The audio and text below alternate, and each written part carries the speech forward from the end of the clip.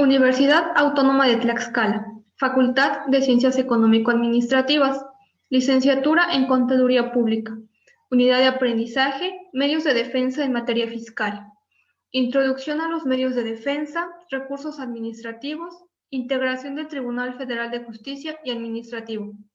Catedrático, Maestro en Administración Tributaria, Ramón Meneses Rosas. Alumna, Getsemaní Santa Cruz Sánchez. Semestre y grupo, octavo C. Primavera 2021.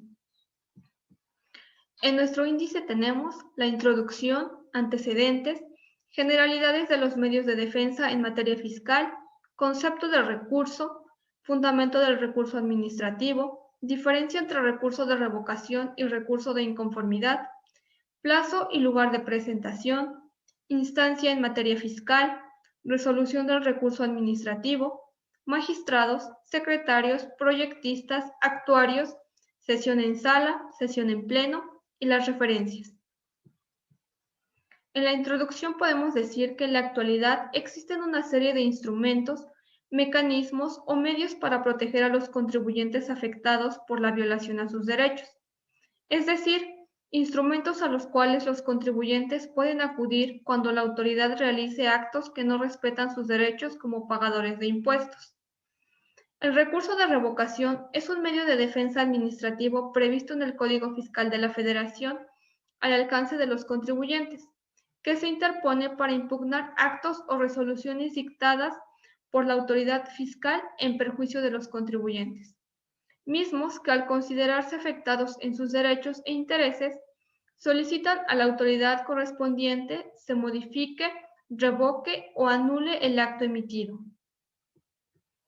En los antecedentes encontramos la Ley Orgánica de la Tesorería, la Ley para la Calificación de las Infracciones a las Leyes Fiscales, así como la legislación y jurisprudencia sobre el juicio de amparo, misma que a partir de 1929 señalaba que las leyes pueden conceder un recurso o medio de defensa para el particular perjudicado. Como recursos administrativos se encontraban el de oposición o reconsideración ante la propia autoridad y el jerárquico ante una autoridad superior. El 1 de enero de 1937 entró en vigor la Ley de Justicia Fiscal, representando el primer paso para crear en México tribunales administrativos para el control de la administración en defensa y garantía del interés público y de los derechos e intereses de los particulares. Y con ello iniciaron las actividades del entonces Tribunal Fiscal de la Federación. Un año después de haber entrado en vigor la Ley de Justicia Fiscal, fue derogada por el Código Fiscal de la Federación de 1938, ampliándose en los años posteriores la estructura y competencia del tribunal, así como la regulación del recurso administrativo de revocación. A finales del año 2000, el Congreso de la Unión aprueba reformas en materias trascendentales para el tribunal, como son el nombre de la institución por el de Tribunal Federal de Justicia Fiscal y Administrativa. A partir del 1 de enero de 2006, entró en vigor la Ley Federal de Procedimiento Contencioso Administrativo, quedando derogado el título sexto del Código Fiscal de la Federación y los artículos que comprenden del 197 al 263 del citado ordenamiento legal, en donde se regulaba el juicio contencioso administrativo. Dentro de las generalidades de los medios de defensa en materia fiscal, tenemos el marco jurídico, que se basa principalmente en las siguientes leyes: la Constitución Política de los Estados Unidos Mexicanos, la Convención Americana sobre Derechos Humanos, la Ley Federal de los Derechos del Contribuyente, el Código Fiscal de la Federación, la Ley Federal de Procedimiento Contencioso Administrativo, la Ley de Amparo, la Ley Orgánica del Tribunal Federal de Justicia Fiscal y Administrativa, la Ley Orgánica de la Procuraduría de la Defensa del Contribuyente, la Resolución Miscelánea Fiscal para 2015 y tesis aisladas y jurisprudencias publicadas en el Semanario Judicial de la Federación. El concepto de medio de defensa, según Arteaga Tovar en el 2009, dice que son instrumentos que establece la ley para proteger a los contribuyentes afectados por la violación o no aplicación exacta de las disposiciones fiscales. Por lo tanto, a través de los medios de defensa, las resoluciones administrativas o actos de autoridad son revisados para que se realicen conforme a la ley. El concepto de recurso para Burgoa Toledo 2012 dice que el recurso administrativo de revocación se ubica dentro de la autodefensa que tiene el contribuyente para impugnar las resoluciones que considere lesivas a sus derechos, garantías e intereses de índole fiscal, en donde, sin duda alguna, se encuentran tanto derechos generales como derechos específicos en materia fiscal. De acuerdo con Jiménez Hernández, puede conceptualizarse al recurso de revocación como un medio de defensa en sede administrativa, previsto en el Código Fiscal de la Federación, a favor de los afectados por actos o resoluciones de las autoridades fiscales federales, para resolver sus conflictos con estas antes de someterlas a control jurisdiccional. El fundamento del recurso administrativo lo encontramos en el Código Fiscal de la Federación, en el título quinto, capítulo 1, sección 1, en los artículos 116 y 117. Citando el artículo 116, dice que se podrá interponer el recurso de revocación contra los actos administrativos dictados en materia fiscal federal. La diferencia entre recurso de revocación y recurso de inconformidad. El recurso de revocación, el concepto según el Código Fiscal de la Federación, dice que es un medio de control interno de legalidad que tiene el propósito de que la autoridad fiscal revise su propia actuación para determinar si estuvo conforme a derecho, para luego revocar, modificar o confirmar la resolución impugnada según sea el caso. Y el recurso de inconformidad, según la Ley del Seguro Social, menciona que es un medio de defensa de revisión jerárquica mediante el cual se pueden defender los trabajadores o patrones por actos definitivos emitidos por el IMSS con los que no estén de acuerdo. El plazo para interponer dichos recursos es dentro de los 30 días siguientes a aquel el que haya surtido efectos la notificación de la resolución definitiva dictada por una autoridad fiscal. Presentación que a partir de 2016 tendrá que realizarse a través de Internet, es decir, mediante buzón tributario. Y para el recurso de revocación según la ley del IMSS, es dentro de los 15 días siguientes a aquel en que haya surtido efectos la notificación del acto definitivo que se impugna. La autoridad competente en el recurso de revocación es la autoridad que emitió el acto, por ejemplo, una administración local jurídica o la Administración General de Grandes Contribuyentes. Y en el recurso de inconformidad se presenta ante la sede delegacional o subdelegacional que corresponda a la autoridad emisora del acto. Resuelve el Consejo Consultivo Delegacional. El plazo y lugar de presentación. Según el artículo 120, la interposición del recurso de revocación será optativa para el interesado antes de acudir al Tribunal Federal de Justicia Fiscal y Administrativa. Cuando un recurso se interponga ante autoridad fiscal incompetente, ésta lo turnará a una que sí sea competente. El artículo 121 nos dice que el recurso deberá presentarse a través de buzón tributario, dentro de los 30 días siguientes a aquel en que haya surtido efecto su notificación. La instancia en materia fiscal, según el artículo 37 del Código Fiscal de la Federación, dice que las instancias o peticiones que se formulen a las autoridades fiscales deberán ser resueltas en un plazo de 3 meses. Transcurrido dicho plazo sin que se notifique la resolución, el interesado podrá considerar que la autoridad resolvió negativamente e interponer los medios de defensa en cualquier tiempo posterior a dicho plazo, mientras no se dicte la resolución, o bien esperar a que ésta se dicte. El plazo para resolver las consultas a que hace referencia el artículo 34A será de 8 meses. La resolución del recurso administrativo, según el artículo 131 del Código Fiscal de la Federación, nos dice que la autoridad deberá resolver y notificar en un plazo que no debe exceder de 3 meses contados a partir de la fecha de la presentación del recurso. De no dar respuesta en este plazo, se tendrá por confirmado el acto impugnado.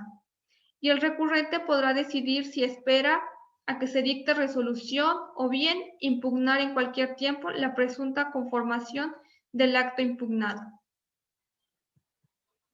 La resolución del recurso se fundará en derecho y se examinarán todos y cada uno de los agravios hechos valer por el recurrente, teniendo la autoridad la facultad de invocar hechos notorios, pero cuando uno de los agravios sea suficiente para desvirtuar la validez del acto impugnado, bastará con el examen de dicho punto. La resolución que se dicte puede emitirse en diversos sentidos, esto según el artículo 133 del Código Fiscal de la Federación, y puede ser desecharlo por improcedente, tenerlo por no interpuesto o sobreleerlo. En su caso, confirmar el acto impugnado, mandar reponer el procedimiento administrativo y dejar sin efecto el acto impugnado, o modificar el acto impugnado o dictar uno nuevo que lo sustituya, cuando el recurso interpuesto sea total o parcialmente resuelto a favor del recurrente.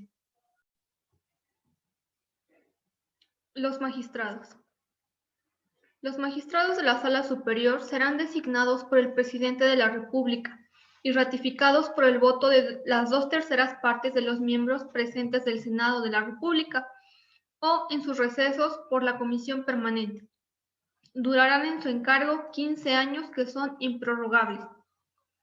Los magistrados de sala regional, de sala especializada en materia de responsabilidades administrativas y los magistrados supernumerarios de sala regional serán designados por el Presidente de la República y ratificados por mayoría de los miembros presentes del Senado de la República o en sus recesos por la Comisión Permanente. Durarán en su encargo 10 años, al cabo de los cuales podrán ser ratificados por una sola ocasión para otro periodo igual, excepción hecha de los magistrados de las salas especializadas en materia de responsabilidades administrativas, cuyo nombramiento en ningún caso podrá ser prorrogable.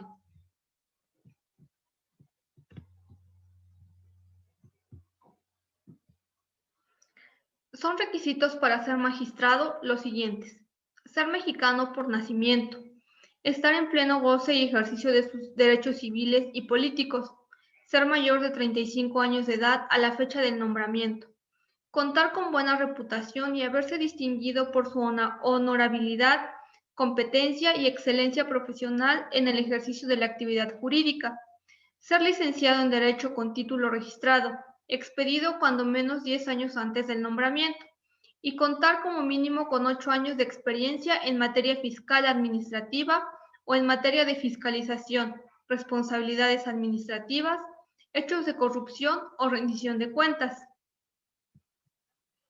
Los secretarios. Para ser secretario de acuerdos se requiere ser mexicano, ser mayor de 25 años de edad, contar con reconocida buena conducta, ser licenciado en Derecho con título debidamente registrado y contar como mínimo con 3 años de experiencia en materia fiscal o administrativa. Para ser designado primer secretario de acuerdos de sala regional, se requiere tener 35 años de edad y 3 años de antigüedad en el cargo de secretario de acuerdos.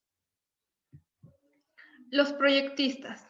Los secretarios proyectistas tienen las siguientes atribuciones: formular los proyectos de las resoluciones definitivas e interlocutorias, elaborar los proyectos para el cumplimiento de ejecutorias de amparo concedidos contra las sentencias definitivas y de las emitidas por la Sala Superior en los recursos de su competencia, preparar proyectos de aclaración de sentencia, elaborar proyectos en los recursos, auxiliar en la formulación de los criterios del tribunal, suplir las faltas o ausencias temporales del magistrado de su adscripción, siempre que reúnan los requisitos para ser magistrado, y las demás que se establezcan en otras disposiciones aplicables. Los actuarios. Los actuarios deberán reunir los mismos requisitos que para ser secretario de acuerdos, salvo el relativo a la experiencia, que será como mínimo de 2 años en materia fiscal o administrativa.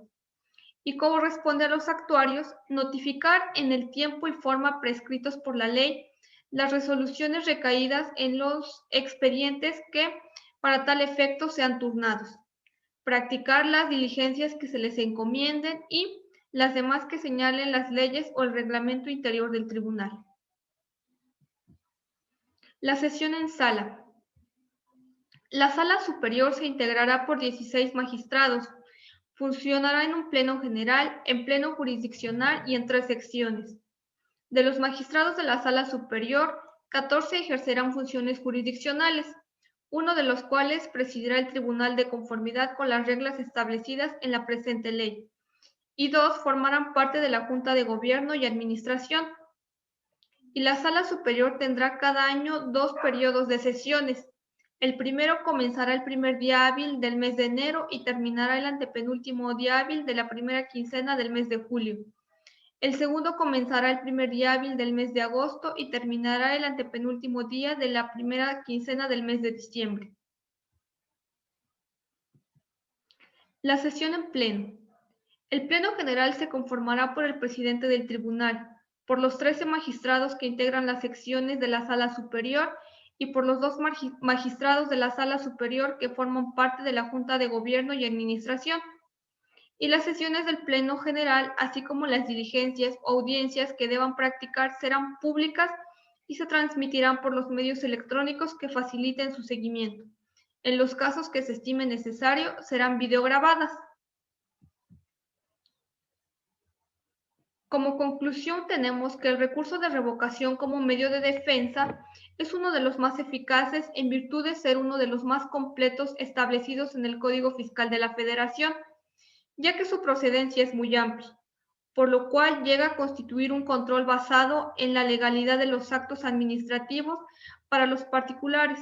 Es considerado también un medio de defensa y control mediante el cual se puede obtener la modificación, revocación o confirmación de actos administrativos que han causado violación a los derechos de los contribuyentes. La principal característica de un recurso de revocación es que éste se emplea para impugnar un acto o una resolución administrativa contra la misma autoridad que emitió dicha resolución, fungiendo de esta manera como juez y parte. Y por último encontramos nuestras referencias bibliográficas.